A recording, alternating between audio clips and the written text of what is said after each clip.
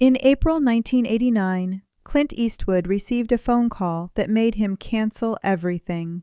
Lucille Ball was dying, and she was asking for him. But here's what nobody knew. Lucy had been carrying a secret for over 30 years, a secret about Clint's career, a secret that would have changed everything if he had known it sooner. And now, with only days left to live, she finally wanted to tell him the truth. What happened when Clint walked into that hospital room left everyone in tears. And by the end of this story, you'll understand why this moment became one of the most emotional farewells in Hollywood history.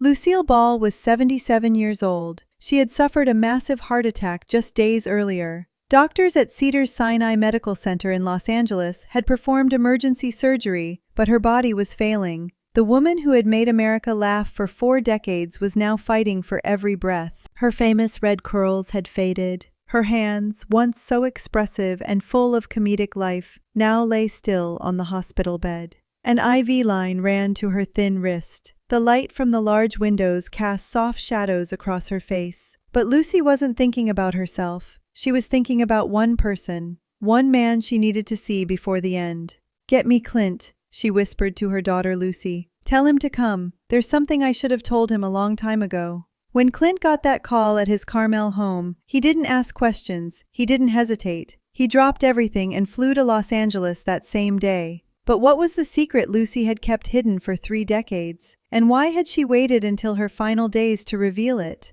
If you've ever wondered what true friendship looks like in Hollywood, keep watching. And let me know in the comments, where in the world are you watching from today? To understand what happened in that hospital room, you need to understand how these two legends first crossed paths. Because on the surface, Lucille Ball and Clint Eastwood had nothing in common. Lucy was the queen of comedy. She had revolutionized television with I Love Lucy. She became the first woman in Hollywood history to run a major production studio. She was loud, warm, and full of chaotic energy. When Lucy walked into a room, everyone smiled. Clint was the opposite. He was the man with no name, the silent gunslinger, the actor who said more with a squint than most actors said with 100 words. He was cool, controlled, and intensely private. When Clint walked into a room, everyone went quiet. Hollywood assumed they existed in completely different worlds. Hollywood was wrong.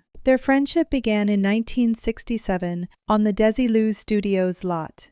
Lucy owned the studio. Clint was there filming a television appearance, still years away from becoming a household name. He was a young actor trying to find his footing in an industry that didn't quite know what to do with him. Lucy had a habit of wandering onto sets to observe new talent. That day she watched Clint work, and something about him caught her attention. "That young man has something special," Lucy told her production manager. "He reminds me of Gary Cooper. The camera loves him."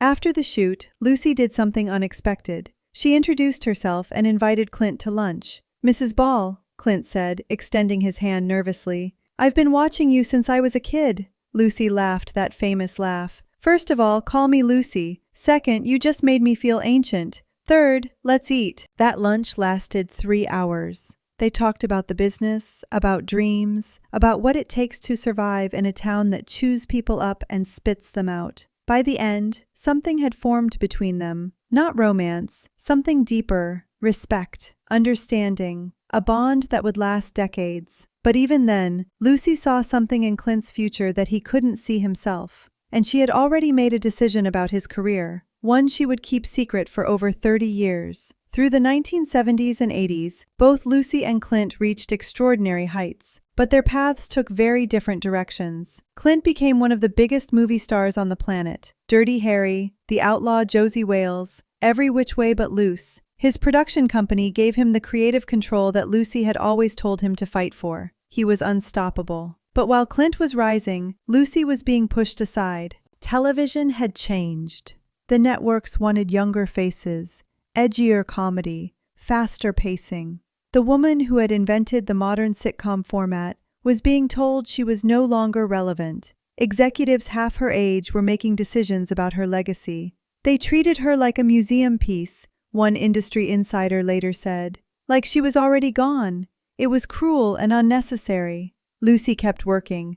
She tried new projects, but the rejections stung. The woman who had built an empire was now being told her time had passed. During these years, Lucy and Clint saw each other less frequently. He was always filming on location. She was dealing with health problems and the quiet heartbreak of being forgotten by an industry she had helped create. Some people whispered that their friendship had cooled, that Clint had moved on, that he had forgotten the woman who had believed in him when he was nobody. Those whispers were completely wrong. What Lucy didn't know was that Clint had been defending her behind the scenes for years. In 1984, during a studio meeting, an executive made a dismissive comment about Lucy being washed up.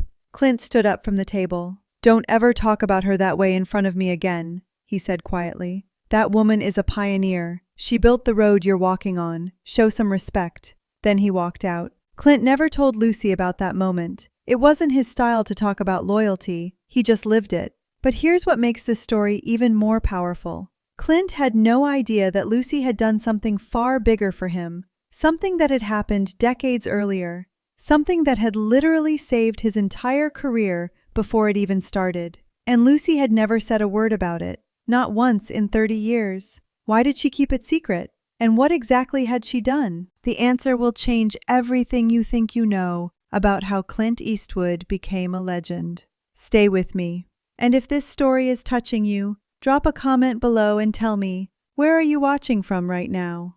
On April 24, 1989, Clint Eastwood walked through the doors of Cedars-Sinai Medical Center. He was wearing a dark formal suit, as if this moment demanded reverence. His face, usually so composed, showed something rare: worry, fear, love. The hallways were quiet. Lucy had requested complete privacy. No media, no cameras. This was sacred. This was family. When Clint stepped into her hospital room, the sight nearly broke him. Lucy looked so small in that bed. The woman who had commanded stages and studios and the attention of millions now lay fragile beneath white sheets. Her light blue hospital gown hung loose on her thin frame. The IV line in her wrist was a reminder of how serious this was. Her red curls, faded but still unmistakable, rested against the pillow. But when she saw Clint, her eyes lit up. Those famous eyes that had expressed every human emotion for 40 years still held their spark. "You came," she whispered. Clint moved to her bedside. He took her frail hand in both of his, holding it gently, as if she might break. "Of course I came, Lucy. I'll always come." For a long moment neither of them spoke. The machines beeped softly. Afternoon light filtered through the large windows. The world outside continued, completely unaware of what was happening in this quiet room. Then Lucy squeezed his hand. "Clint, I need to tell you something. Something I should have told you 30 years ago." He leaned closer. "What is it?" Lucy took a slow breath. Her voice was weak, but her words were clear. "In 1964, before you were famous, a studio executive came to me. They were considering dropping a young actor from their roster. They thought he was too stiff, too quiet. They were ready to tear up his contract and send him home." Clint's jaw tightened. He had never heard this before. "I asked to see his screen test," Lucy continued. "They showed it to me. And Clint, I saw something they couldn't see. I saw a star. I saw someone who would change movies forever." Tears began forming in Clint's eyes. "So I made some calls. I told them if they dropped you, they would regret it for the rest of their careers. I told them I would never work with their studio again if they let you go." Clint could barely breathe. "They kept you, Clint. They gave you another chance. And look what you became." The weight of her words hit him like nothing ever had. His entire career, his legacy, the films that had touched millions of lives, all of it had almost ended before it began. And Lucille Ball had saved it, quietly, without ever asking for credit, without ever telling him. "Why?" Clint finally managed to say. "Why didn't you ever tell me?" Lucy smiled weakly. "Because you didn't need to know, sweetheart. You earned everything you achieved. I just made sure you got the chance to earn it." "Lucy," his voice broke, "I'm telling you now because I want you to know something before I go. I believed in you before anyone else did, and I was right. I was so right about you." Clint Eastwood, the man who had faced down villains on screen and never flinched, finally let the walls come down. What happened next would stay with everyone in that room forever. Clint lowered himself slowly until he was kneeling beside Lucy's hospital bed. This man, who had built his entire image on being tough, on being unbreakable, on being the strong, silent type, he wept. He wept for the career he almost never had. He wept for the friend who had saved him in secret. He wept for all the years he never knew. "Lucy," he said, his voice cracking, "I owe you everything. Everything I've built. Everything I've done. It all goes back to you, and I never even knew." Lucy reached up with her trembling hand and touched his face. She wiped a tear from his cheek with her thumb. It was such a tender gesture, so full of love. "You don't owe me anything, Clint. You know what you owe me? This, right here. You coming when I called. That's all I ever wanted. I would have come sooner if you had asked." "I know, but I was stubborn." She let out a soft laugh, and for a brief moment, Clint could see the old Lucy, the comedian, the firecracker. Imagine that, Lucille Ball, too proud to ask for help. Clint held her hand tighter. "You know what I remember most about you, Lucy? That first day at Desilu in '67. You told me something I never forgot. You said, 'Don't let them put you in a box. Keep surprising them.' I've thought about those words every single day of my career." Lucy's eyes filled with tears. "You remembered that?" "I remember everything. Every piece of advice. Every phone call when I was struggling. You were never too big to care about people. That's rare in this town. That's rare anywhere. This business can destroy people, Clint. I just didn't want it to destroy you." Clint lifted her hand and pressed it gently against his heart. "I promise you something, Lucy. When I make films, when I tell stories, I will carry what you taught me. That this business is about people. Not awards, not money. People. That's your legacy." Lucy smiled. A real smile. The kind that had brought joy to millions of homes for decades. "That's my boy," she whispered. "That's my Clint." They stayed like that for over an hour, the queen of comedy and the man with no name, holding hands, sharing silence, knowing this might be the last time. Neither of them knew these would be among Lucy's final hours of true clarity. If this story is moving you, hit that subscribe button and leave a comment. Tell me, where in the world are you watching from tonight? Before Clint left that hospital room, he reached into his jacket pocket and pulled out something unexpected, a small, worn photograph. It was a picture of Lucy from the Desilu days, over 20 years old. "I've carried this with me on every film set," Clint said. "Every time I needed courage, I looked at it. I thought about what you told me. Now I want you to have it back." He placed the photograph gently in her hands. "Keep surprising them, Lucy. Wherever you're going next, keep surprising them." Lucy clutched the photograph against her chest. Tears rolled down her cheeks.